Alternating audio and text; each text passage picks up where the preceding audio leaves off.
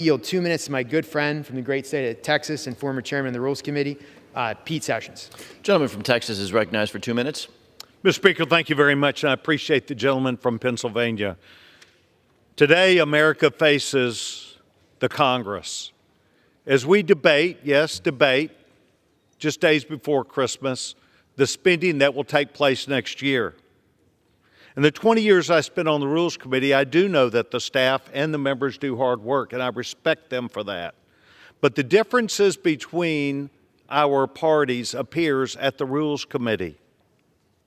For 8 years, Republicans, 6 of those years, as me as chairman of the Rules Committee, held government spending completely flat, discretionary spending. And yet we see what's happening now is a good bit of that discretionary spending, they're moving to mandatory spending. Mandatory spending that will put a burden on the taxpayer of this country. Not just 4,100 pages, not just $1.7 trillion, but actually empowering government to intrude into the lives of American citizens. Over $20 billion will be given to the IRS this next year over this year. And yet the federal government under President Biden does not even have government employees reporting to work. They stay at home. And yet we add 87,000 new IRS employees.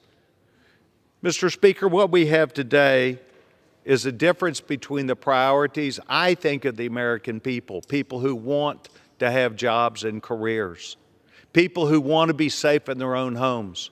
An open border with this president and the Democratic Party is openly assisting illegal immigration into this country with literally an unlimited amount of money. Detaining people at the border is important for national security. This next year, the Texas delegation will engage in this issue on the floor, and I want to thank the Speaker for this time, but to let them know the American people will hear from the Republican Party next year. Thank you. Gentleman's time is expired.